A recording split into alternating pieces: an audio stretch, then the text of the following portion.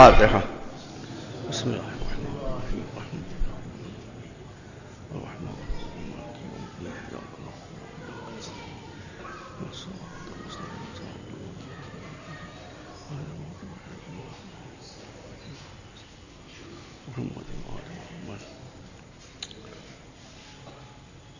نجم العلماء مولانا سید علی نقوی صاحب رحمۃ اللہ علیہ ابن سید محمد میرن صاحب رحمۃ اللہ علیہ، ان دونوں کے لیے سورہ فاتحہ کے ذریعے ایصال ثواب کی گنجائش.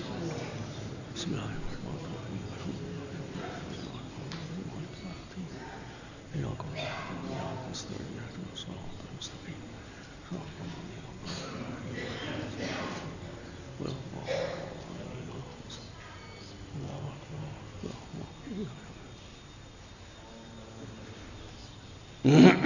اعوذ باللہ السمیع العلیم من الشیطان اللعین الرجیم. بسم اللہ الرحمن الرحیم. الحمد للہ رب العالمین والصلاة والسلام علی سیدنا و نبینا و شفیعنا ابی القاسم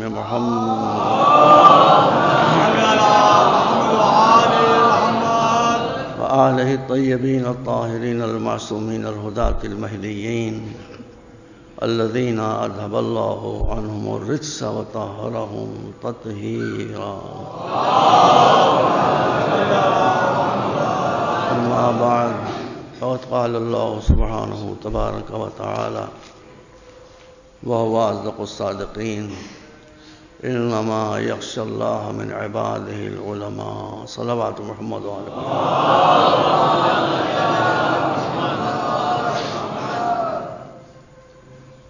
برادران عزیز، ایک عالم جلیل کے ایصال ثواب کے لیے یہ مجلس عظام منعقد ہوئی ہے، جس میں جہاں تک ممکن ہوگا نرم سے نرم الفاظ میں پہلے علماء کا مرتبہ بتاؤں گا، پھر ان کی ذمہ داریاں بتاؤں گا، پھر قوم کے حالات پر تبصرہ ہوگا، پھر اس کا علاج کیا ہے یہ میں پیش کرنے کی کوشش کروں گا. لیکن میری نظر گھڑی کی سوئی پر رہتی ہے، جہاں تک یکسوئی سے بات کر سکوں گا کروں گا. ارشاد الہی ہے کہ اللہ سے صرف علماء ڈرا کرتے ہیں، اللہ کا خوف صرف علماء کے دل میں ہوتا ہے. اسی لیے رسول کے بعد کائنات کا جو سب سے بڑا عالم تھا، سب ماشاءاللہ ہمارے علماء کرام تشریف فرمائے ہیں، اللہ ان کو سب کو سلامت رکھے. رسول کے بعد جو سب سے بڑا عالم تھا، جس نے وہ کہا جو کسی نے کبھی نہیں کہا کہ جو چاہے پوچھو. یہ کسی نے نہیں کہا سوائے علی اور بیٹا آل علی کے. آل علی کی بھی ملتی مثالیں ہیں، احمد طاہر نے بھی فرمایا ہے، اور کسی نے نہیں کہا. مگر وہ اللہ سے کتنا ڈرتا تھا. جب نماز پڑھنے کی تشریف لاتے تھے چہرے کا رنگ اڑ جاتا تھا، آنکھوں سے آنسو کی لڑیاں بہنا شروع ہو جاتی تھیں. آپ لوگ بتائیے بھیا، دیکھیے دین کا معاملہ ہے بیٹا، یا مربت کا سوال نہیں. میں آپ کو حکم دیتا ہوں بڑے کی حیثیت سے عمر میں کہ میں کوئی غلط کروں تو آپ ٹوک دیجیے. ورنہ میں سمجھوں گا میں بہت بڑا عالم تو ہوں نہیں، تو اگر میں کوئی بات تو ان حضرات کی ذمہ داری کو ٹوکے اور میرا فائدہ ہے کہ میں برا نہ مانوں. ٹوکنے والا میرا مخلص ہے، مجھے وہ نجات دلانا چاہتا ہے. اب مولا علی رسول کے بعد دنیا کے سب سے بڑے عالم، خوف الہی اتنا کہ نماز پڑھتے ہیں تو ہوش نہیں رہتا ہے، کبھی کبھی بے ہوش ہو جاتے ہیں. لوگوں کو یہ اندیشہ ہوتا ہے کہ خدا نخواستہ دنیا سے چلے گئے. تو کیا ایک علی کی یہ سیرت تھی؟ اب بچوں آپ بتائیے. بی بی فاطمہ رات رات بھر مناجات، آنسوؤں کی جھڑیاں لگیں. اہل بیت کا خاندان، شیعیان اہل بیت، شیعیان اہل بیت شیعیان اہل بیت. آپ سنیے، اہل بیت کا خاندان عبادت کا خاندان ہے، معصیت کا خاندان نہیں ہے.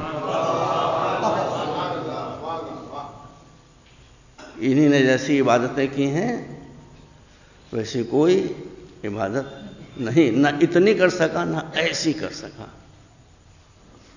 جہاں بڑے بڑے بہگ جائیں وہاں یہ اپنے خوف خدا کے سہارے اطمینان سے کشتی چلاتے ہوئے ان طوفانوں سے گزرتے چلے جاتے تھے. سارے واقعات آپ کو سنے میں ہیں. میں نیا واقعہ کیا پیش کروں آپ کے سامنے. جہاں بڑے بڑے لڑھک جاتے ہیں، کھسک، بھیا آپ کہتے بند کر دیے، ملے تو نہیں جاؤ گے؟ نہیں.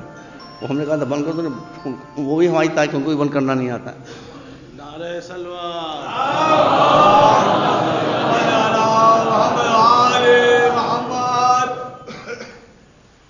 سلطنتیں چلی گئی ہیں عشق میں، سلطنتیں عشق میں چلی گئی ہیں. برٹن کا جو بادشاہ تھا وہ غیر خاندان عورت کے حسن کو فریفتہ ہو گیا. کہا کہ اس سے شادی کرو گے تو تاج چلا جائے گا. کہا تاج چلا جائے یہ نہیں جا سکتی. سن لیا، وہ چلا گیا تاج واقعی.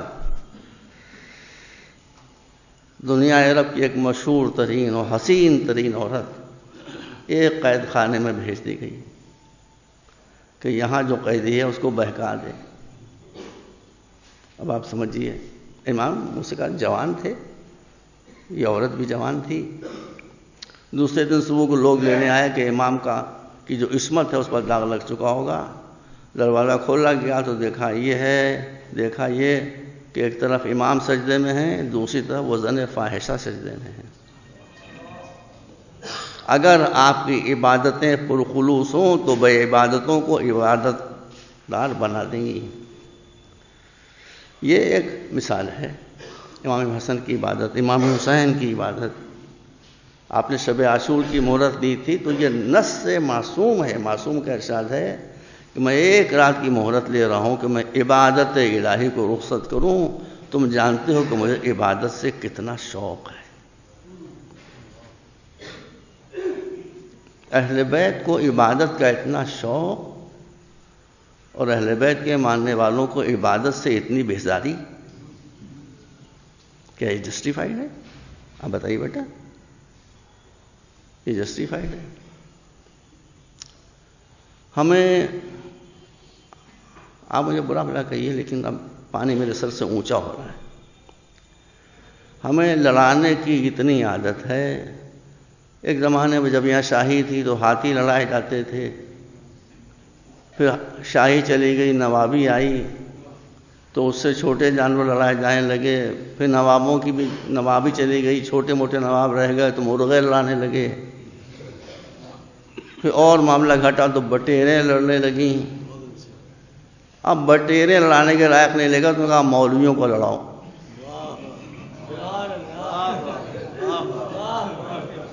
مولویوں کو لڑاؤ. اور مولوی بیچارے اتنے سیدھے سادے کہ وہ لڑنے بھی لگے. نہیں ایسا، یہ ٹھیک نہیں ہے بیٹا، یہ بات صحیح نہیں ہے. آپ مجھ سے، میں مجلس کے بعد بیٹھ جاؤں گا، کوئی بات نہیں ہے. میں آپ کا ہوں، میں آپ کا چاہنے والا ہوں، میں آپ کا مخلص ہوں. میں آپ کو ابھرتی ہوئی قوم دیکھنا چاہتا ہوں، ڈوبتی ہوئی قوم دیکھنا نہیں چاہتا. تو باتیں تو میری کڑوی ہوں گی لیکن دوا تو بیٹا ہمیشہ کڑوی ہوتی ہی ہے، بعد میں اس کا اثر ظاہر ہوتا ہے. ابھی لوگ مجھے بظاہر عزت کی نظروں سے دیکھ رہے ہیں، بظاہر عزت کی نظروں سے دیکھ رہے ہیں اس لیے کہ میں معزز جگہ پر بیٹھا ہوا ہوں، اس لیے مجھے عزت کی نظروں سے دیکھ رہے ہیں. باہر نکل کر یہیں پر دروازے کے باہر میرا کسی کا گدم گدا ہونے لگے، پھر آپ مجھے عزت کی نظر سے دیکھیں گے، ذلت کی نظر سے دیکھیں گے. لڑائی سے اجتناب عزت دلاتا ہے، لڑائی ذلیل کراتی ہے. جو لڑے گا وہ عزت کبھی نہیں پائے گا. یہ بات آپ یاد رکھیں. ہے ابھی آتا ہوں اس موضوع پر. اللہ کا ارشاد ہے کہ جو واقعی عالم ہوں گے وہ اللہ سے ڈریں گے. کیوں ڈریں گے اللہ سے؟ اللہ کو بھوا ہے؟ اللہ کوئی ڈاکو ہے؟ اللہ کوئی نیتا ہے؟ چپکے سے میں نے کہا پکڑ لینے مجھے بھائی. اللہ تو رحیم ہے. سبقت رحمتہ و سبا، اس کی رحمت آگے آگے چلتی ہے.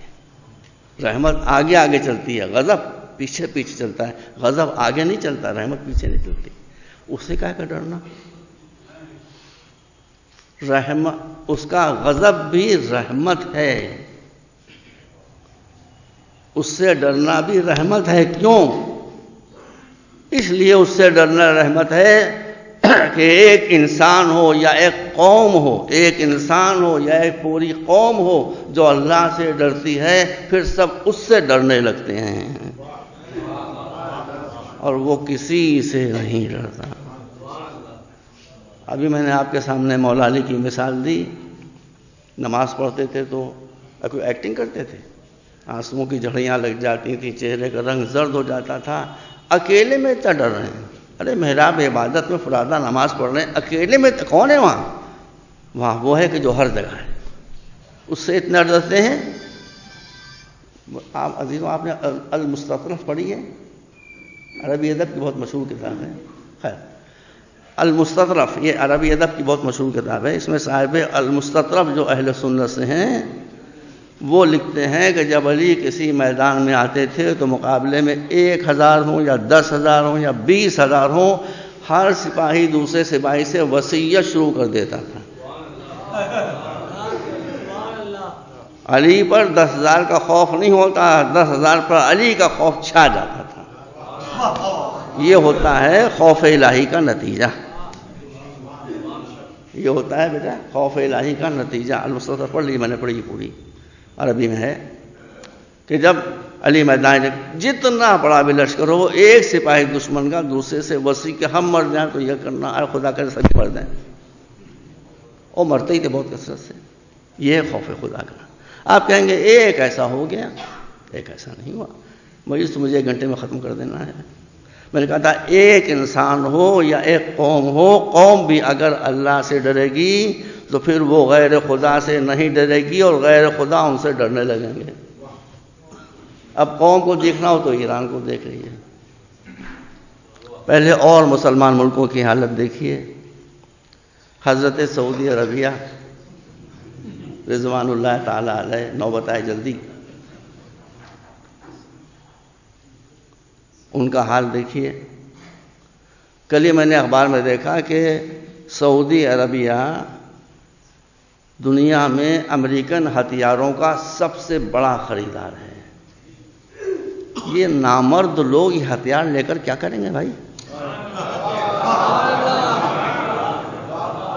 یہ عیاش لوگ، یہ بدماش لوگ، یہ زناکار لوگ، مجھے سب کی کہانیاں معلوم ہیں. یہ ہتھیار لے، میں نے وہ باقی بڑے مجلس ہوئی تھی تو وہاں پڑھا تھا، اور ہر آدمی تو وہاں نہیں ہوگا. بالکل صحیح واقعہ ہے بھیا. جن کے ٹوائلٹ کی سیٹیں سونے کی بنی ہوں، بتا رہا ہوں میں آپ کو، جن کے میں سنی تو ہمارے بھائی ہم کو تھوڑی بتا رہے ہیں، ہم تو حکومت کی بات کر رہے ہیں. جن کے ٹوائلٹ کی سیٹیں گولڈن بنی ہوں، ان گولڈن کی سیٹوں میں جاتا کیا ہوگا؟ وہ اللہ بیان کیا کیا نکلتا ہوگا، اللہ بہتر جانے. مجھے نہیں کچھ پتا کیا نکلتا ہوگا. یہ لوگ کسی سے لڑ سکتے ہیں؟ کسی عرب ملک کی طاقت نہیں کہ لڑے. 70 اسلامی ملک ہیں، سب تھر تھرا رہے ہیں. دیکھیے غلط بات کرو، آپ ٹوک دیجیے مجھے. 70 اسلامی ملک ہیں، چونکہ اللہ سے نہیں ڈرتے اس لیے امریکہ سے ڈرتے ہیں. چونکہ اللہ سے نہیں ڈرتے اس لیے برطانیہ سے ڈرتے ہیں. چونکہ اللہ سے نہیں ڈرتے اس لیے اسرائیل سے ڈرتے ہیں. اسرائیل کو تو اسرائیل کہا جاتا ہے انگریزی میں بھائی. اسرائیل کون ہوتا ہے؟ موت کا فرشتہ. تو ان کے لیے موت کا فرشتہ ہی ہے، اسرائیل نہیں ہے، اسرائیل ہے. اس سے ڈرتے ہیں، سب سے ڈرتے ہیں. ایک ایران وہ ہے. واللہ میں اس لیے کہہ رہا ہوں، میں شیعہ ہوں، آپ شیعہ تو سنیوں کے بھائی آنکھیں کھل چکی ہیں، وہ بھی دیکھ رہے ہیں کہ دنیا میں کیا ہو رہا ہے. ایک اسلامی ملک ہر مغربی ملک سے اور اسرائیل سے اس کا دم نکلتا ہے. یہ بتائیے امریکہ کا دم کس سے نکلتا ہے؟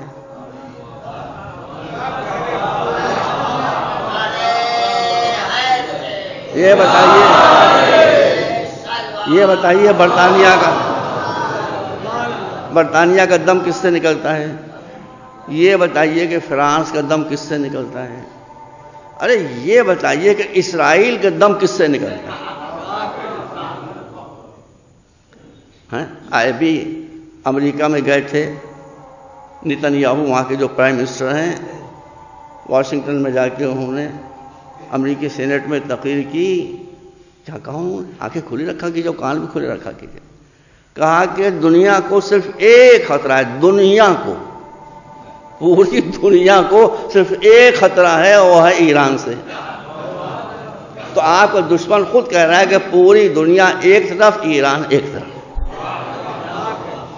ایران پوری دنیا سے نہیں ڈر رہا ہے، پوری دنیا ایران سے ڈر رہی ہے. کیوں ڈر رہی ہے؟ اس لیے کہ وہ جانتے ہیں کہ جو اللہ سے ڈرتا ہے نہ وہ کسی غیر خدا سے ڈرتا ہے نہ بکتا ہے. اس لیے میں نے آپ کے سامنے کہ خوف الہی دیکھنے میں ایک ہیبت معلوم ہوتی ہو، لیکن حقیقتاً یہ ایک رحمت ہے. اب میں آپ کو لوکل واقعہ بتا دوں گا، واقعہ بہت مشہور ہے. جناب سرکار نذیر اللہ کے جد اعلیٰ جناب غفران مجلس ایک ہی گھنٹے میں ختم ہو جائے گی، میں اور لمحہ کا ذکر نہیں کر پاؤں گا. ویسے میں ہر عالم کا ذکر کرتا ہوں، آپ کو یاد ہوگا. ہمارے یہاں بڑے بڑے ہیرے جواہرات گزرے ہیں، ایک عالم تھوڑی ہے، اس فی الحال میں ایک عالم. جناب غفران بے انتہا غریب تھے. نصیر آباد میں ایک بنیا تھا، اس کے تختے کے نیچے زمین پر بیٹھ کے پڑھتے تھے، اس کے دیے کی روشنی میں، جو مٹی کے دیا اس زمانے میں ملتا، اس روشنی میں پڑھتے تھے. اتنی غربت تھی. واقعی کسی نہ کسی صورت سے یہاں سے بمبئی گیا اور آ کر وہاں سے پڑھ کے لٹے. تو غریب تو ویسے ہی ڈرپوک ہوتے ہیں بھائی، غریب تو ویسے ہی ڈرپوک ہوتے ہیں، فاقہ مست تو ویسے ہی ڈرپوک ہوتے ہیں. لیکن جو باب علی سے لپٹ کر پلٹتا ہے پھر اس شجاعت میں کسی سے کم نہیں ہوتا. یہاں آئے تو یہاں وزیر تھے نواب تفضل حسین خان. انہوں نے ان کا علمی جلالت دیکھی، فقہ اصول فقہ ان کو عبور دیکھا. یہاں سب معاملہ گڑبڑ سڑبڑ چل رہا تھا. پہلی نماز جمعہ نواب تفضل حسین خان کے مکان یا محل میں ہوئی. آصف الدولہ جو تھے وہ ٹھرے باز تھے، نشہ آور چیزیں پیتے تھے بھائی. اب وہ کیا کریں اس کو، ٹھرا پیتے تھے اور نشہ آور جو بھی چیزیں ہو سکتی مجھے زیادہ معلوم نہیں، وہ سب پیتے تھے. اور نماز جمعہ میں خطبہ بھی ہوتا ہے. تو وزیر اعظم نے کہا جناب آپ سے کہ حضور آپ خطبے میں موعظے میں جو چاہے کہیے گا، نشہ آور چیزوں کے بارے میں کچھ نہ کہیے گا. کہا کیوں؟ کہا بادشاہ سلامت کو کچھ شوق ہے، اگر آپ نے کہیں کچھ نشہ آور چیزوں کے بارے میں کہہ دیا تو سارا نشہ آپ نکال دیں گے. وہ چپ ہے. میں نے کہا کہ آپ سے عالم اللہ سے ڈرتا ہے، اور جو اللہ سے ڈرتا ہے وہ کسی سے نہیں ڈرتا. اب آپ جونپور کے صاحب یہاں بیٹھے تو نہیں ہیں بھائی؟ جونپور تو نہیں کوئی صاحب نہیں ہے. میں بھی تو ڈرتا ہوں. میں گیا جونپور میں مجلس پڑھنے کے لیے. وہاں ایک صدر امام بڑا، اس میں مجلس ہو رہی تھی. مجلس جا رہی تھی زوروں پر جیسے کھایا جاتا ہے. بیچ مجلس میں نے دیکھا کہ پورا مجمع کھڑا ہو گیا گھبرا کے. میں کہا سانپ آپ سے کر رہا ہے، کیا ہو گیا؟ بعد میں معلوم نہ سانپ تھا نہ بچھو تھا نہ کھنکھجا، چوہیا تھی. ایک چوہیا نے پورے مجمع کو کھڑا کر دیا. تاریخ میں یہ گزر چکا ہے کہ چوہیاں کئی مرتبہ مجمع کو کھڑا کر چکی ہیں. ایک پوری مجلس کھڑی. میں کہا سبحان اللہ سبحان اللہ. آپ نے پوری مجلس برباد کر دی ایک چوہیا کے خوف سے. غفران آپ نے اول سے آخر تک، آپ میری اولاد ہے، اول سے آخر تک موعظہ کہا نشہ آور چیزوں کی حرمت کے بارے میں، اور بہت سخت الفاظ میں موعظہ کہا. اب یہ تفضل حسین خان جو تھے تھر تھر کانپنا شروع کیا. نے تاریخ پڑھی ہے کہ ابھی ممبر سے اترے اور ان کی گردن اڑی. ان کی گردن نہیں اڑی، بادشاہ کا نشہ اڑ گیا. یہ دیکھیے تاریخ میں پڑھیے. آصف الدولہ کی آنکھیں روتے روتے سرخ ہو گئی تھیں، روتے روتے سرخ ہو گئی تھیں. جب ممبر سے اترے تو گئے اور ہاتھ مصافحہ کر کے کہا کہ حضور اگر آپ نے آج یہ موعظہ نہ فرمایا ہوتا تو میں مذہب کو ڈھکوسلا سمجھتا. لیکن آج مجھے اندازہ ہوا کہ مذہب ایک طاقت ہے. اچھا آپ بتائیے بیٹا، آپ بتائیے موسمیہ، اگر وہ فرم آپ ڈر گئے ہوتے تو یہ 80 امام بڑا ہوتا، یہ 80 مسجد ہوتی، یہ حسین آباد کے امام بڑا ہوتا، یہ شاہ نجف، جتنے امام باڑے اس واقعے کے بعد بنے ہیں بھائی، اس سے پہلے سارے مقبرے بنے ہیں بھائی. مقبرے امام باڑہ کوئی نہیں بنا. شہادت خان کا مقبرہ بنا ہے، امام باڑہ نہیں بنا. امام باڑے اس ایک معجزے کے بعد بننا شروع ہو. پھر بادشاہوں کا مزاج بدل گیا. تو خوف الہی جہاں ہوتا ہے وہیں سے خدمت دین ہوا کرتی ہے. اب آج جو بیٹا ہمارا حال ہے یہ کس وجہ سے ہے؟ میں بھڑکا رہا ہوں سب کو.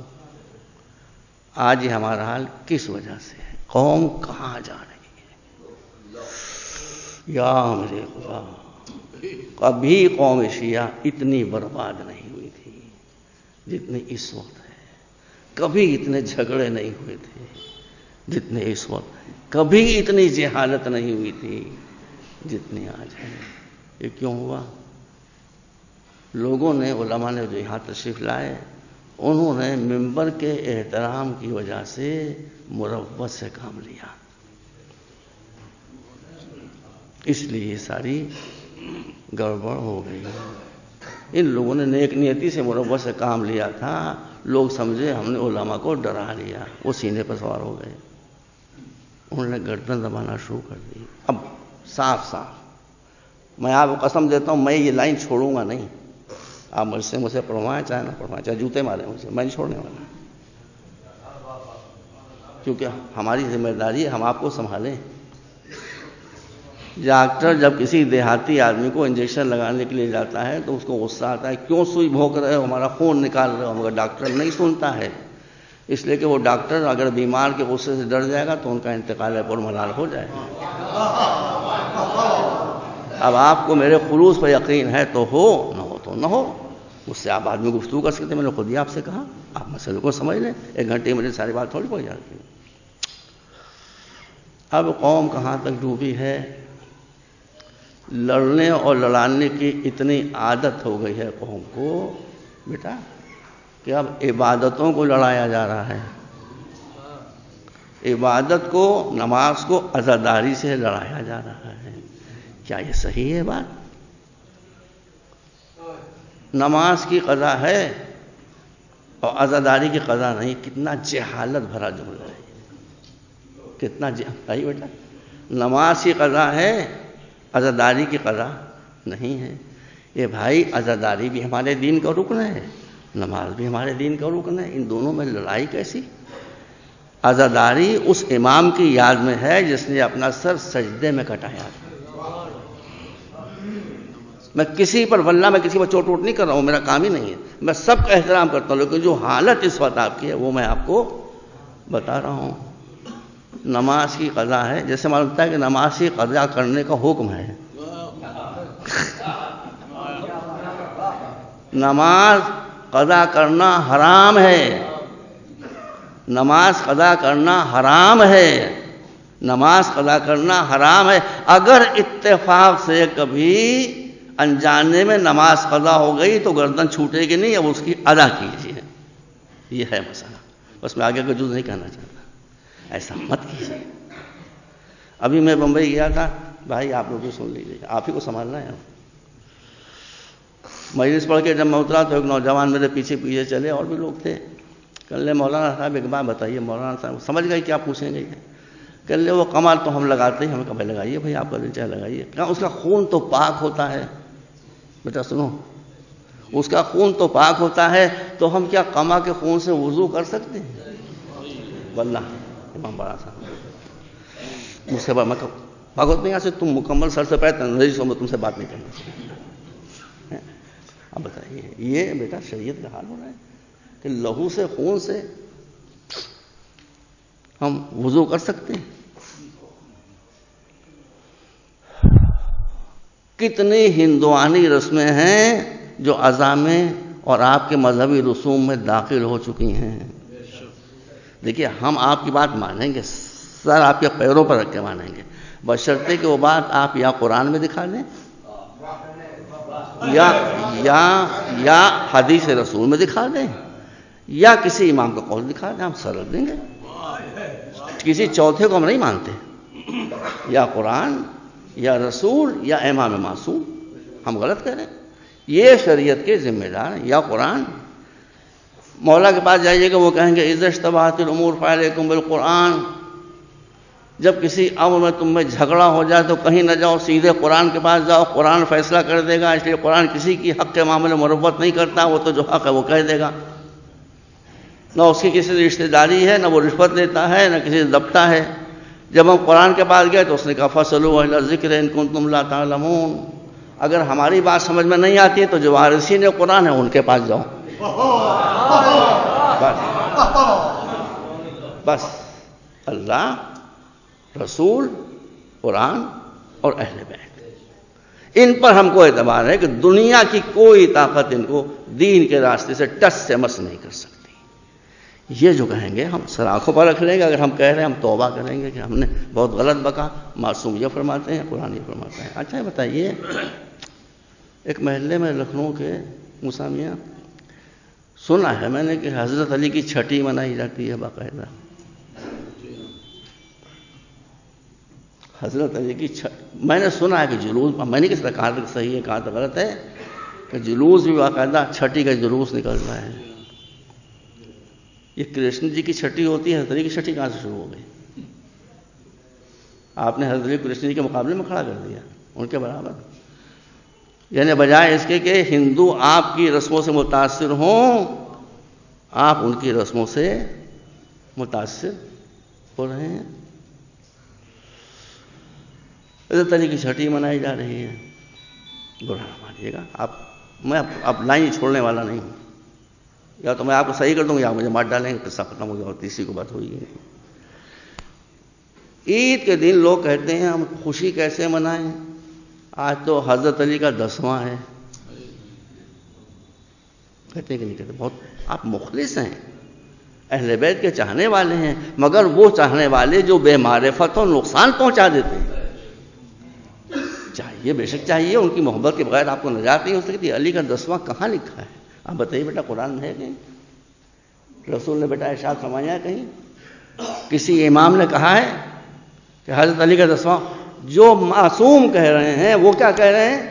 ارے بھائی خطبہ وہ جو قنوت ہوتا ہے نماز عید کا، عید الفطر یا عید الاضحیٰ ہو، اس میں کیا ہوتا ہے؟ اللہم، بڑھیے آگے، جعلنا هذا اليوم الذي جعلته للمسلمین عیدا، یہی علی نے فرمایا، یہی حسن نے فرمایا، یہی حسین نے فرمایا، یہی ہر امام نے فرمایا، تو ہم امام کی پیروی کریں کہ مفتی گنج کی پیروی کریں؟ بھائی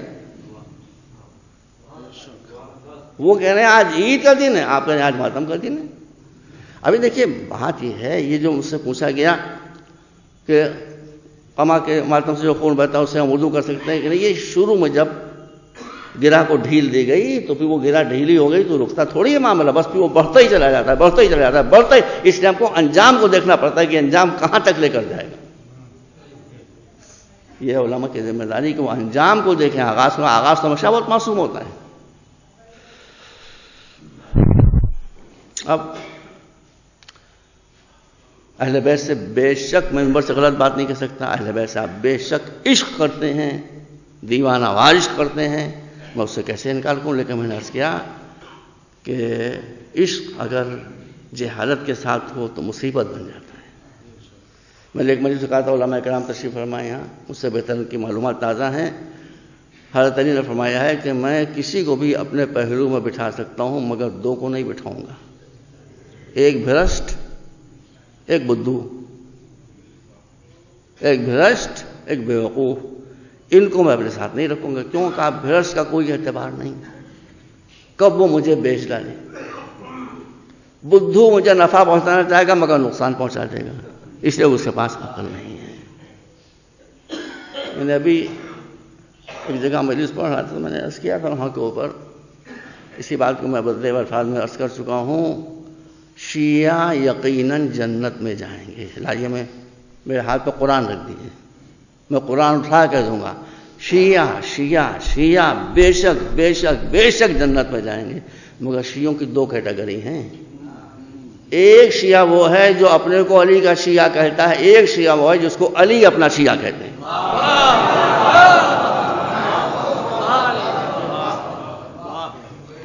جس کو علی اپنا شیعہ کہتے ہیں وہ جنت میں نہیں جائے گا تو کون جائے گا؟ اس لیے میں آپ سے پوری قوم کی ذلت ہو رہی ہے اس وقت، جہالت کی وجہ سے، لڑائیوں کی وجہ سے۔ اب جو بچے ایران سے پڑھ کے آ رہے ہیں ماشاءاللہ، اللہ ان کو سلامت رکھے، ان میں کے اکثر بچے ماشاءاللہ ذہین ہیں، پڑھ لکھ کر آ رہے ہیں، مطالعہ کر کے آ رہے ہیں، مباحثہ کر کے آ رہے ہیں، کچھ یہاں کرنا بھی چاہتے ہیں۔ ان کی آپ سپورٹ کریں تاکہ آپ کے حالات بدلیں۔ یہ دیکھ لیں کہ وہ قوم کی محبت میں سارا کام کر رہے ہیں یا پیسے کی محبت میں کر رہے ہیں۔ پیسے کی محبت ہو تو چپکے سے کھسک جائیے، پیسے کی محبت ہو تو جب علی کہتے ہیں کہ ہم گھرس کو اپنے پہلو میں نہیں بٹھائیں گے تو آپ کیوں بٹھائیں؟ اگر پاپولیرٹی کا شوق ہے ان سے خاموشی سے کنارے ہو جائے، لیکن جو لوگ مخلص ہیں، سوال کر کے دیکھ لیجئے، پڑھے لکھے ہیں، بامعرفت ہیں، باعلم ہیں، محنت سے پڑھ رہے ہیں، یہاں آ کے آپ کو سنبھالنا چاہتے ہیں، ان کو آپ سپورٹ نہیں کیجیے گا تو کس کو کیجیے گا؟ ایک بات آپ کو بتا دوں، عام طور پر جو طلبہ جاتے ہیں، پہلے جو گئے ہیں وہ ذرا زیادہ گڑبڑا گئے ہیں، اب جو جا رہے ہیں ان کی ایک بڑی تعداد سنبھلی بھی ہے، وہ نیک ہیں۔ مگر ایک بات آپ کو بتا دوں، یہ ہمارے بچے سب بیٹھے ہیں، جو بچے مختلف مدرسوں سے جاتے ہیں وہاں تو اچھے بھی ہوتے ہیں اور برے بھی ہوتے ہیں۔ میں کسی مدرسے کو برا نہیں کر رہا، میں کسی کو برا کہتا ہی نہیں، بھائی میں سب سے پہلے اپنے کو برا کہوں، کسی کو برا کہوں؟ حالات ایسے ہیں، حالات ایسے ہیں، مدرسوں میں جیسے بچے بھیجے جاتے ہیں ان کا ویسے ہی نتیجہ نکلتا ہے۔ لیکن ایک بات آپ حضرات تشریف فرما ہیں، جو بچے انگریزی پڑھے ہوئے ہوتے ہیں، MBA کیے ہوئے ہوتے ہیں، M.Com کیے ہوئے ہوتے ہیں، اچھی ان کی انگریزی ہوتی ہے، اچھی ان کی جاب لگی ہوئی ہوتی ہے، اور وہ اس جاب کو چھوڑ کر ایران پڑھنے کے لیے جاتے ہیں، وہ بڑے قیامت کے ہوتے ہیں، اس لیے کہ وہ سب کچھ چھوڑ کر گئے ہیں پڑھنے کے لیے، تو ان کو دنیا کی طلب نہیں ہے، ان کو شہرت طلب، نام لینا نہیں چاہتا۔ بہت سے بچے، میں بھی پھر ایران جا رہا ہوں، میں جاتا ہوں دیکھتا ہوں وہ بچے کہ جو MA کر کے، MSc کر کے، BSc کر کے پوری دنیا سے آ رہے ہیں، ان کا مزاج ہی دوسرا ہے، وہ دین کے لیے قربانی دینے کے لیے آئے، دین سے کچھ لینے کے لیے نہیں آئے۔ یہ میں نے کیوں کہا بیٹا؟ یہ میں نے اس لیے کہا کہ جب میں نے یہ دیکھا کہ جو بچے انگریزی لائن سے ایران جاتے ہیں دینی تعلیم حاصل کرنے کے لیے، ان میں سمجھداری ہوتی ہے، ذہانت ہوتی ہے، جذبہ قربانی ہوتا ہے، وہ قوم کی خدمت کرنا چاہتے ہیں، وہ دین کی خدمت کرنا چاہتے ہیں، تو میں نے کچھ سرپرستوں کی مدد سے علی گڑھ میں ایک کالج قائم کیا جس کا نام ہے MU کالج۔ اس کالج میں ISC کورس بھی ہے اور دینی تعلیم بھی ہے۔ یہ اسی لیے ہے کہ جو بچے ایران میں جائیں وہ ماڈرن طرز فکر سے واقفیت رکھتے ہوں، تاکہ اس مرض کے اعتبار سے دوا لے کر وہ آئیں اور یہاں علاج کریں۔ میں بہت گناہگار انسان ہوں، میں کچھ نہیں ہوں، واللہ میں کچھ نہیں ہوں، لیکن بہرحال اللہ کے فضل سے میں اتنی بات آپ کے سامنے کہہ سکتا ہوں کہ شیعوں کی بات نہیں ہے، پورے مسلمانوں میں آپ کوئی کالج ایسا دکھانے جیسے بنا ہے MU کالج، پورے مسلمانوں میں، ہندوستان کے مسلمانوں میں، میں ایران کی بات نہیں کر رہا ہوں، ہندوستان کے مسلمانوں میں آپ کوئی کالج ایسا دکھا دیں جیسا MU کالج ہے مدینۃ العلوم۔ وہاں کا سلیبس جا کر دیکھ لیجیے، وہاں کا کچن جا کر دیکھ لیجیے، رال ٹپکنے لگے گی آپ کی، وہاں کا جا کر خوابگاہ دیکھ لیجیے، جو ہاسٹل بنا ہوا ہے وہ جا کے دیکھ لیجیے، وہاں کا انفراسٹرکچر جا کر دیکھ لیجیے، کسی مسلمان کا کالج میں نہیں ملے گا آپ کو، میں چیلنج کرتا ہوں کہتا ہوں، شیعوں کی بات نہیں، کسی مسلمانوں کے کسی کالج میں آپ کو وہ انتظام، اہتمام اور انفراسٹرکچر اور ٹیچرز نہیں ملیں گے جو MU کالج میں موجود۔ اب ہم کیا کریں بتائیے؟ ہم نے تو آپ کی دسترخوان لگا دیا، اب آپ اپنے بچوں کو نہ بھیجیں تو آپ جانے، آپ کا کام جانے، بچوں کو بھیجنے پر تیار ہیں، مولانا مفت پڑھائیے، ٹھیک ہے ہم مفت پڑھائیں گے آپ کو، بشرطے کہ شادی بھی آپ مفت کیجئے، شادی بھی آپ مفت کیجئے، آپ پڑھائیے، ہم پڑھائیں گے بچوں کو، مفت پڑھائیں گے، ہم پڑھا سکتے ہیں، لیکن پھر شادی میں جہیز کی طلب نہیں ہونا چاہیے، جسے آپ فقیر ہیں، پھر کنونشن سینٹر میں شادی نہیں ہونا چاہیے، بلرام پور گارڈن میں شادی نہیں ہونا چاہیے، نہیں ہونا چاہیے۔ حرام میں اٹھانے کے لیے پیسہ ہے آپ کے پاس، علم کی رو پھیلانے میں آپ کے پاس پیسہ نہیں ہے۔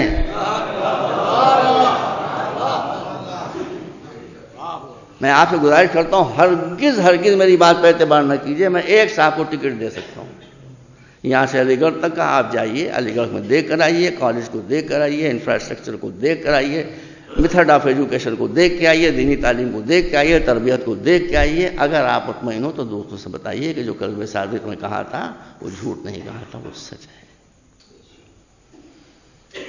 بچوں کی کمی نہیں ہے، مگر یونٹی کالج میں ہم بچے تیار کر رہے ہیں، ایم یو کالج میں ہم لیڈر تیار کر رہے ہیں،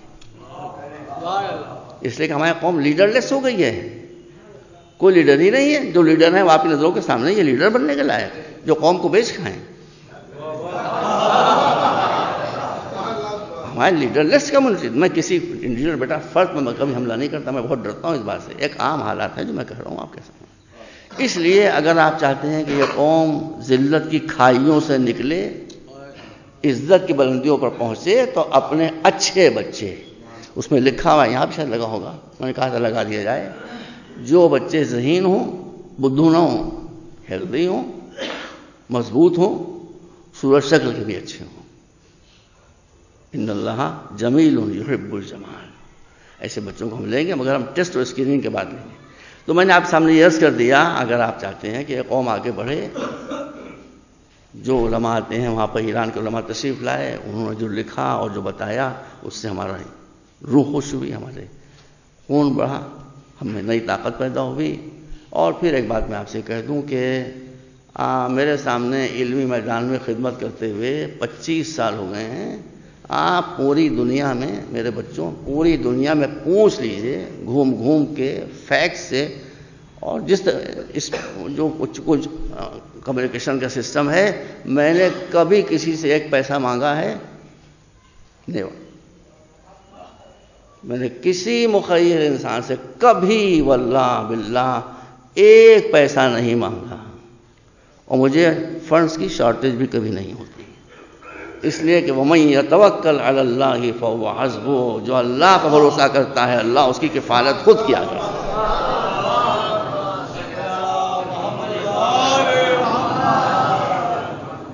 میرا دل ذرا ٹوٹا ہوا ہے۔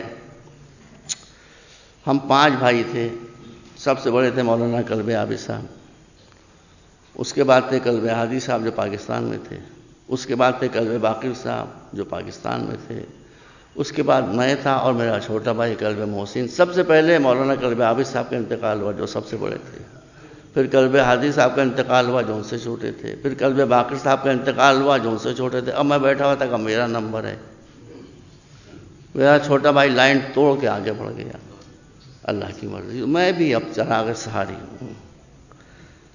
میں آپ سے صاف کہتا ہوں کہ آپ مجھ سے جتنا فائدہ اٹھا سکتے ہیں اٹھا لیں، میں آپ کی خدمت کے لیے تیار ہوں۔ میری کوئی پارٹی نہیں ہے، میرا کوئی گروپ نہیں ہے، نہ میں کسی گروپ میں ہوں نہ میرا کوئی گروپ ہے۔ جو کہتا ہے لا الہ الا اللہ محمد رسول اللہ علی ولی اللہ، میں اسے سینے لگانے کے تیار ہوں۔ آپ جو فائدہ اٹھا سکتے ہیں اٹھا لیں، میں آپ سے کبھی مانگتا نہیں، مگر مجھے آپ بیوقوف بھی نہیں بنا سکتے، یہ بھی خیال میں رہے۔ میں بھی بہت چتر ہو گیا ہوں، جہاں صحیح کام ہوگا وہاں بے شک جو ہمارے امکان میں ہم کریں گے، مگر آپ مجھے بدھو بنانے یہ نہیں ہو پائے گا۔ تجربے سے بہت کچھ انسان سیکھ لیتا ہے۔ ایک مرتبہ صلوات بھیجیں آپ رات بہار۔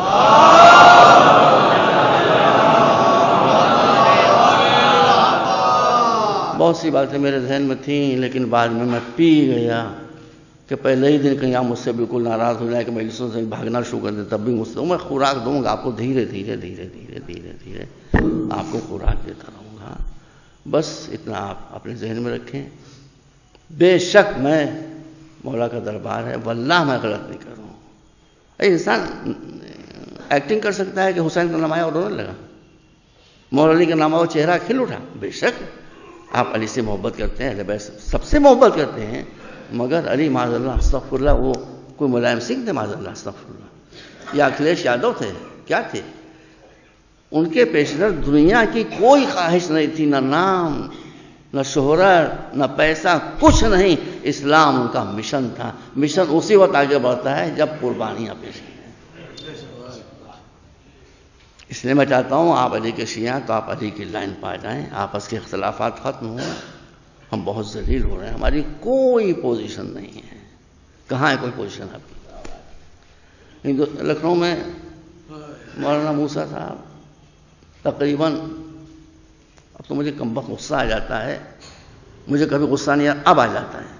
میں نے کہا ٹھیک ہے آنا بھی چاہیے، کہ بھڑکتا ہے چراغ صبح تب خاموش ہوتا ہے۔ یہ میں بھڑک جاتا ہوں، اس کا مطلب ہے کہ میرا چراغ حیات گل ہونے والا ہے، نہیں آنا چاہیے غصہ۔ آج میں نے ایک بچے کو سختی سے ڈانٹ دیا، میں اس سے معافی چاہتا ہوں۔ وہ ماحول بھی ایسا تھا، مجلس ہو رہی تھی، تو اس کو بھی اس وقت سوال نہیں کرنا چاہیے تھا ایسا۔ اس نے مجھ سے پوچھا کہ بتائیے لکھنؤ میں کتنے شیعہ ہیں؟ مجھ سے پوچھا لکھنؤ میں کتنے شیعہ؟ میں نے کہا ایک بھی نہیں۔ اب اس کو غصہ آ گیا، وہ مجھ سے بولنے لگا، تو مجھے غصہ آ گیا۔ میں اس بچے کو جانتا نہیں، میں اس سے معافی چاہتا ہوں۔ مجھے اس کو آ گیا غصہ، جسٹیفائڈ ہے، مجھے نہیں آنا چاہیے غصہ۔ غصہ بھائی کا غم تھا اور ماحول ایسا تھا، تو مجھے غصہ آ گیا، میں اس سے اب معافی چاہتا ہوں۔ مجھے غصہ، میں جانتا بھی نہیں کہ کیا سوال کرنا چاہتا تھا آگے۔ تو کیا واقعی میں نے غلط کہا؟ میں آپ سے بیٹا بار بار کہتا ہوں، آپ میرے بچے ہیں مگر سب تازہ والد ہیں میدان علم سے۔ تو میں حضرت امام محمد باقر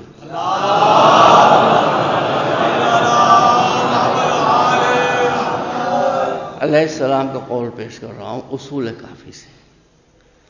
میں یہاں رکھی اصول کافی دیکھتا رہتا ہوں۔ اس میں مولا فرماتے ہیں، کسی نے پوچھا کہ ہم کسی شیعہ کو کیسے پہچانیں؟ کسی شیعہ کو ہم کیسے پہچانیں؟ آپ کے مولا، آپ کے آقا، پانچویں امام نے کہا میں تھوڑی کروں۔ انہوں نے فرمایا کہ جتنا آسان شیعوں کو پہچاننا ہے اتنا آسان کوئی کام ہی نہیں ہے۔ کہا کیسے آسان کیوں؟ کہا کسی بھی، اب اس میں 1 لاکھ کا لفظ ہے کہ اگر 1 لاکھ، اس زمانے 1 لاکھ کی آبادی بہت ہوتی تھی، کہ اگر کسی شہر میں جاؤ جس کی آبادی 1 لاکھ ہو تو تم شیعہ نہ پوچھو، یہ پوچھو کہ یہاں سب سے بڑا عالم کون ہے، یہ پوچھو کہ سب سے بڑا عبادت گزار کون ہے، یہاں سب سے بڑا نیک انسان کون ہے، یہاں سب جو تمام صفات کمال میں سب سے آگے ہو وہ شیعہ ہوگا۔ آج بٹ واٹ اباؤٹ ٹوڈے؟ آج جو سب سے پھسڈی ہو وہ شیعہ ہوگا۔ ایجوکیشن میں سب سے پیچھے، تعلیم میں سب سے پیچھے، پیسے میں سب سے پیچھے، ہر میدان میں سب سے پیچھے، آپس میں لڑائیاں۔ مولا کچھ الہام کر دیجیے، کہوں کہ نہ کہوں، ڈر رہا ہوں بھائی، آپ بتائیے میں کہوں کہ نہ کہوں۔ ایک اور مصیبت، ہر آدمی کو جنتی ہونے کا یقین ہے، یا طالبان کو یقین ہے یا شیعوں کو یقین ہے، ان بدماشوں کو بھی یہ یقین ہے کہ جنت ہم خونیوں کے لیے بنی ہے، ہم ظالموں کے لیے بنی ہے۔ ارے بھائی، لوگوں کے بعض فرقوں کے مولوی بڑے بدماش ہیں، انہوں نے یہ جو طالبان ہے مجھے سب پتہ ہے، ان کو فلمیں دکھائی جاتی ہیں، پینٹنگز دکھائی جاتی ہیں، دیکھو اگر تم نے ایک شیعہ کو مار دیا یہ حور تمہارا انتظار کر رہی ہے، تم خود بم سے شہید ہو گئے تو 70 حوریں ملیں گی۔ مسلمان تو بھیا سیکشولی چارج ہوتے ہی ہیں۔ میرا مزاج لڑکپن سے عاشقانہ تھا، وہ عشق الہی میں جان نہیں دیتے، عشق حور میں جان دیتے ہیں۔ عشق حور، اور اگر انہی کو سب کو حوریں ملی تو انشاءاللہ جنت میں حوروں کی شارٹیج ہو جائے گی۔ ہاں یہ میں آپ کو بتایا تھا، بیوقوف، ہم کو ترس بھی آتا ہے ان لوگوں کو اوپر۔ داعش آپ دیکھیے، لوگوں کو زندہ جلا رہے ہیں۔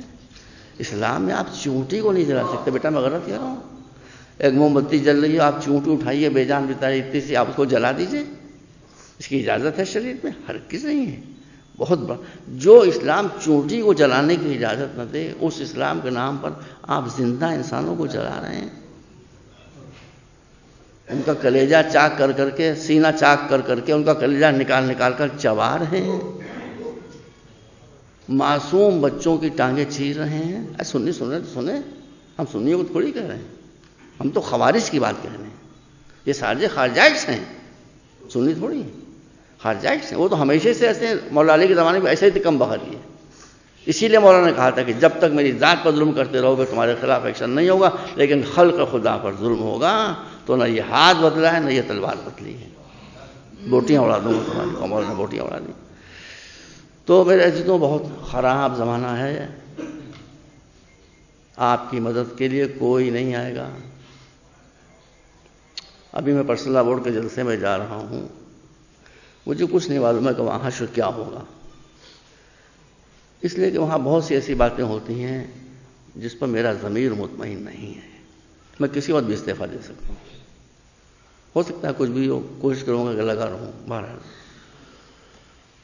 تو میں آپ سے ایک سوال کرنا چاہتا ہوں۔ لوگ کہتے ہیں کہ ہم ریزرویشن کی ڈیمانڈ کریں گے گورنمنٹ سے، ریزرویشن مانگنا ہمارا حق ہے۔ بڑے انسان جو ہوتے ہیں، جو بڑے انسان، سمجھ لیجیے کہ میری بات اشاروں میں کہہ رہا ہوں، جو واقعی بڑے انسان ہوتے ہیں وہ حق کی بھی ڈیمانڈ نہیں کرتے، حق کو بھی چھوڑ دیا کرتے ہیں۔ علی کے حق سے بڑا کس کا حق تھا؟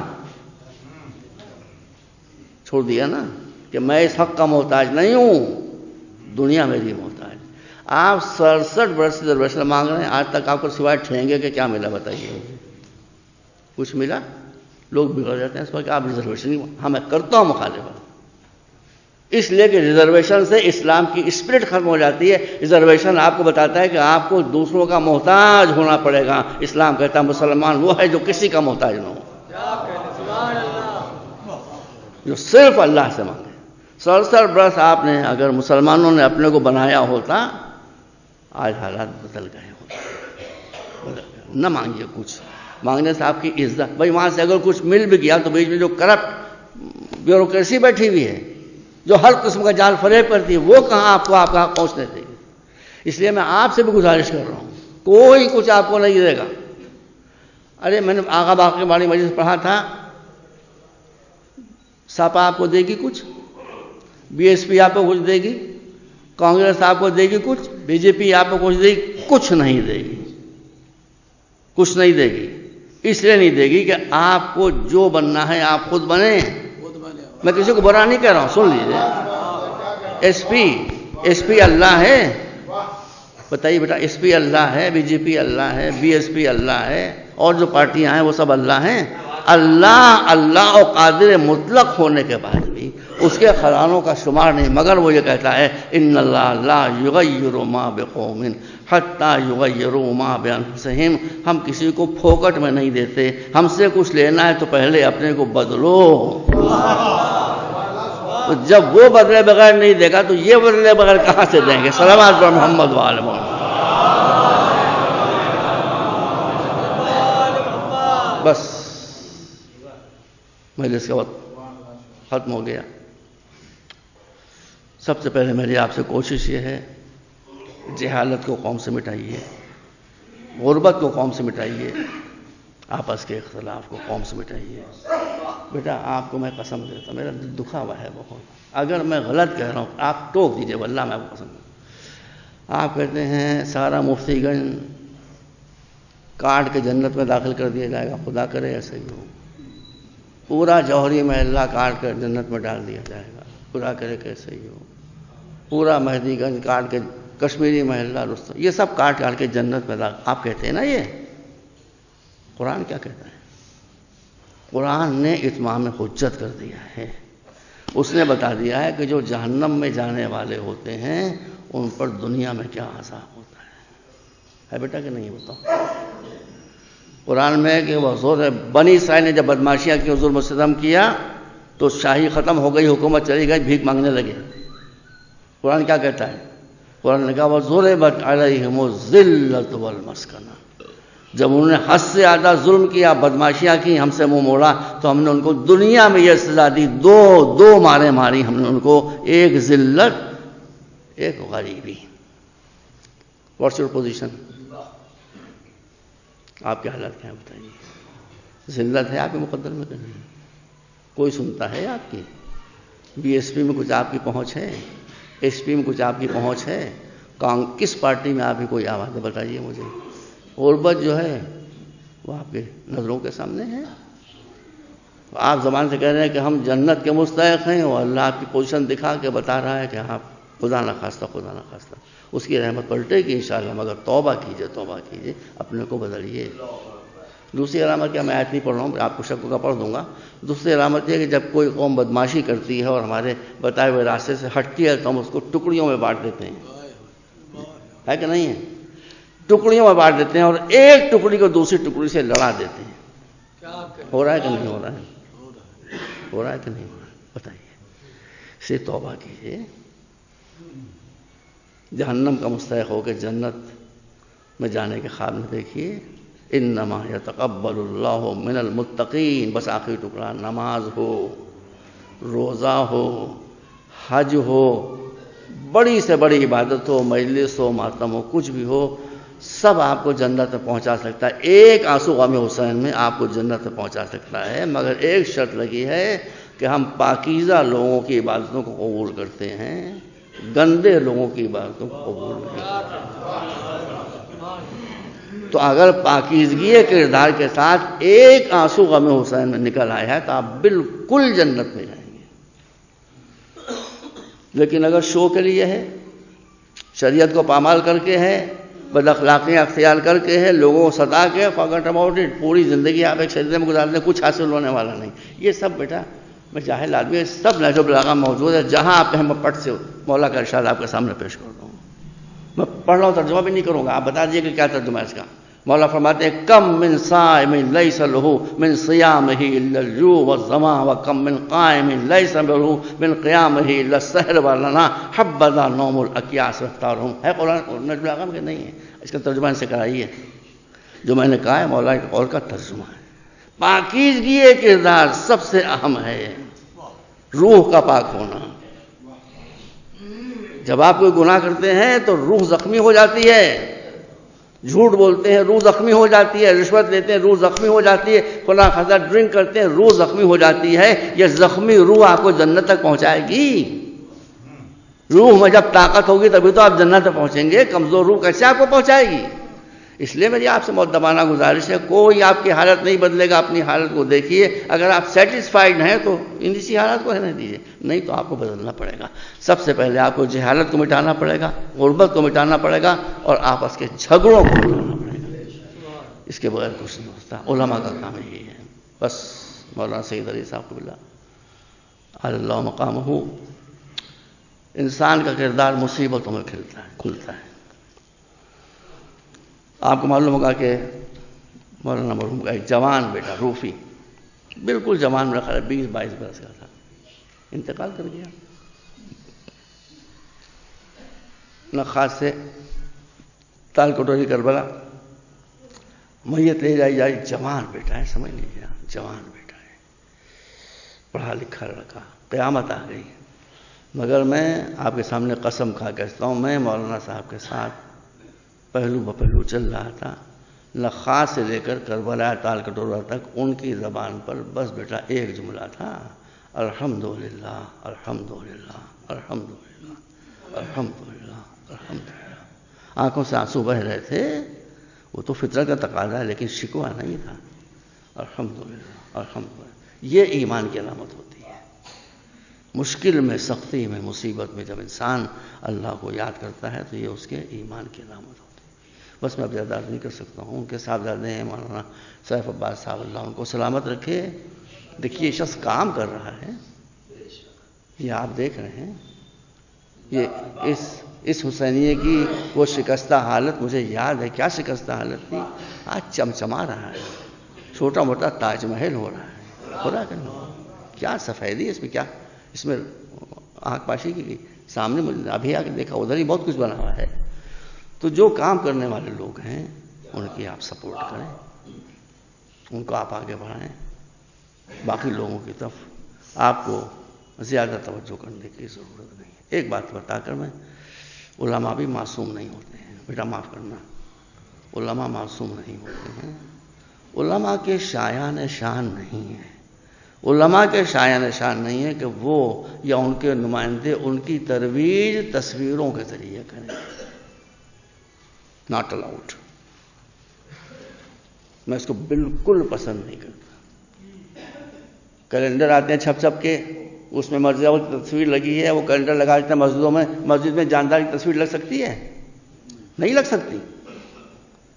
یہ غلط ترویج ہے. میں بہت ہاتھ جوڑ کر جتنے مراج ہیں ان تک میرا پیغام پہنچا دیجئے. خیر وہ تو ایسے کہتے بھی نہیں ہیں، نہ کرتے ہیں. بار کچھ لوگوں سے سلسلے میں کوتاہی ہوتی ہے کہ تصویروں سے مرجعیت کی ترویج نہیں ہوگی، خدمت سے ہوگی. قوم کے مسائل کو حل کیجیے، قوم کے مشکلات کو دور کیجیے، قوم کی جہالت کو دور کیجیے. قوم میں ایسی کتابیں لائیے، کتابیں نہیں آ سکتی، ہمیں پڑھتے ہی نہیں، لوگ نہیں آتی. سی ڈی تیار کیجیے، ڈی وی ڈی کو استعمال کیجیے، چینل کھلوائیے.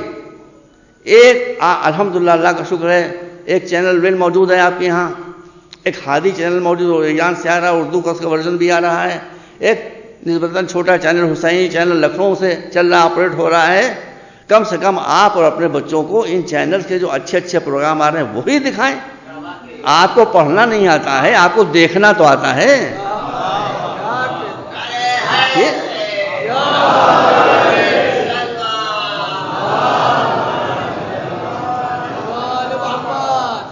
ایک بات میں کہتا تھا، میں موضوع سے ہٹ کے ایک بات کر کے بتا بھی جمع ختم کر رہا ہوں. میں نے امام زمان بابا بہت پڑھا ہے، بہت بہت بہت میں نے پڑھا ہے. اس میں لوگوں نے پوچھا آئیں گے تو کیا کریں گے، قتل وغیرہ شروع کر دیں گے؟ ہم نے کہا نہیں کر سکتے ایسا. ان کا کردار ایسا ہوگا کہ لوگ خود ان کی طرف لپکیں گے. آ گیا وہ زمانہ، آ گیا وہ زمانہ. آپ پہلی بات تو سن لیجیے، میں نے کہا ہے کہ جو لیڈر آتا ہے وہ کہتا ہے اچھے دن آئیں گے، اچھے دن آئیں گے، اچھے دن آئیں گے، اچھے دن آئیں گے. جناب مودی جی بھی یہی کہتے ہوئے تشریف لائے، اچھے دن آئیں گے، اچھے دن آئیں گے. اچھے دن آ گئے مگر انہی کے بس. ارے بھائی میں بازار جاتا ہی نہیں، کبھی کبھی بیوی سے پوچھتا ہوں بھائی بازار کا بھاؤ کیا؟ ان کا کہ بھنڈی آج 120 روپے کلو آئی ہے. یہ مسمات بھنڈی ہیں جن کی اوقات کے 120 روپے کلو. پرول 125 روپے کلو. یہ سب اچھے دن آ گئے. آپ سمجھ لیجئے مودی آئیں گے اور چلے جائیں گے. میں لکھ کے دیتا ہوں، مودی آئیں گے، آئے اور چلے جائیں گے، اچھے دن نہیں آئیں گے. ہاں جب مودی کے بجائے مہدی آئیں گے تب اچھے دن.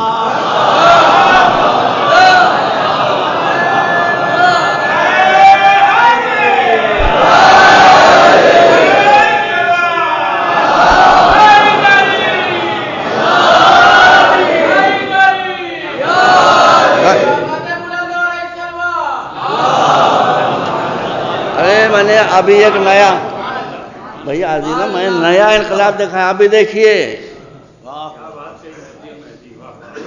آپ سنیے، جو ابھی آنکھ کھولیے جائیے، اہل سنت بہت گروپ ہیں، اس میں جو سلفی گروپ ہے سب سے زیادہ سخت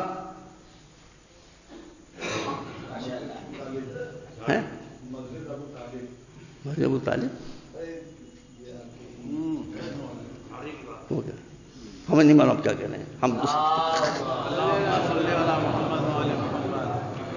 وہ ان لوگوں کی داڑھیاں جو ہیں، ہمارے دوست ہیں بھائی، وہ ایسی بات تھوڑی ہے. ان کے داڑھی نہیں ہوتی، چھپر لٹکتا ہوتا ہے. چھپر داڑھی چھوٹی ہوتی ہے، چھپر بڑا ہوتا ہے.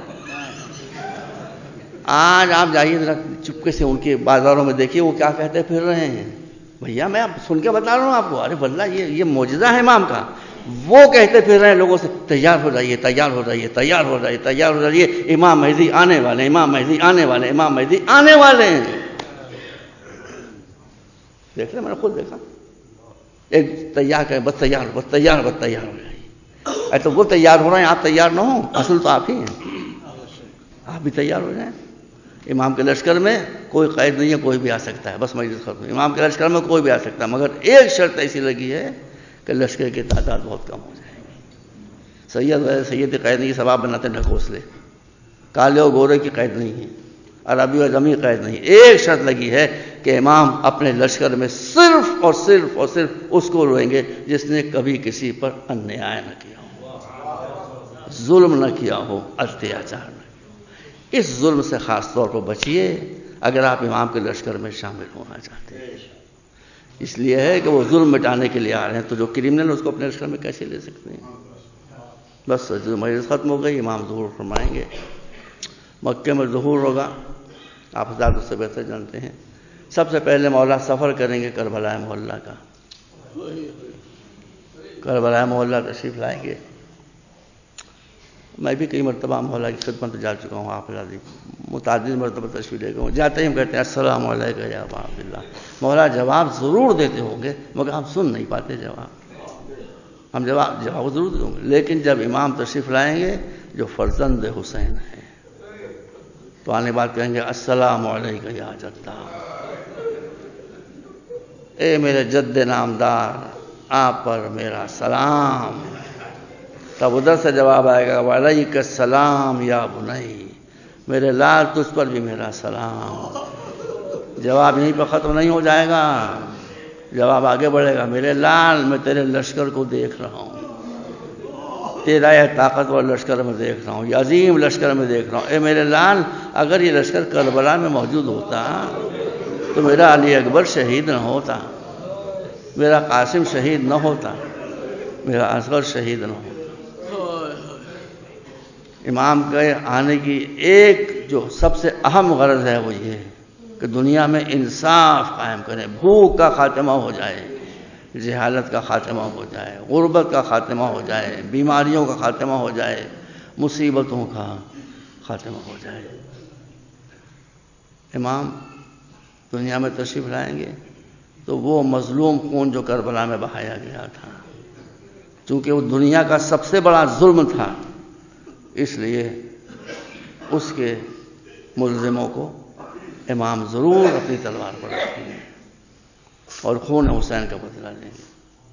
اچھا آپ بتائیے کہ اگر آپ تو انشاءاللہ مولا کے ساتھ ہوں گے، ہم تو گناہ گار ہیں، مشکل ہے کہ ہمیں ان کا سامنا ہو، لیکن اگر میرا ان کا سامنا ہو گیا تو میں ہاتھوں کو چوم کر، بس مجلس ختم ہو گئی، ہاتھوں کو چوم کر اور پیروں پر سر رکھ کر یہ عرض کروں گا مولا آپ اپنے جد مظلوم کے خون کا بدلہ لینے کے لیے آئے، ضرور لیجئے. آپ وارث خون حسین ہیں، لیکن مولا کس کس خون کا بدلہ لیجیے گا؟ کیا کربلا میں جو خون بہیں ان کا بدلہ ممکن ہے؟ کیا وہ خون جو عباس سے کٹے ہوئے شانوں سے بہہ رہا تھا اس خون کا بدلہ ممکن ہے؟ کیا وہ خون جو علی اکبر کے سینے سے ابل رہا تھا اس کا خون بدلہ ممکن ہے؟ کیا وہ خون جو ایک بشیر کے گلے سے ابل رہا تھا اس خون کا بدلہ ممکن ہے؟ مولا ہر خون کا بدلہ لے لیں، لیکن کیا اس خون کا بدلہ ممکن ہے جو سکینہ کے کانوں سے ٹپک رہا تھا، جو زینب کی پشت سے ٹپک رہا تھا؟ مولا سارے خونوں کا بدلہ لیا جا سکتا ہے مگر ان خونوں کا بدلہ نہیں لیا جا سکتا. وَسَيَعْلَمُ الَّذِينَ ظَلَمُوا أَيَّ مُنقَلَبٍ يَنقَلِبُونَ. اللهم اغفر للمؤمنين والمؤمنات والمسلمين والمسلمات الأحياء منهم والأموات إنك تغفر الذنوب جميعا برحمتك يا أرحم الراحمين إنك على كل شيء قدير.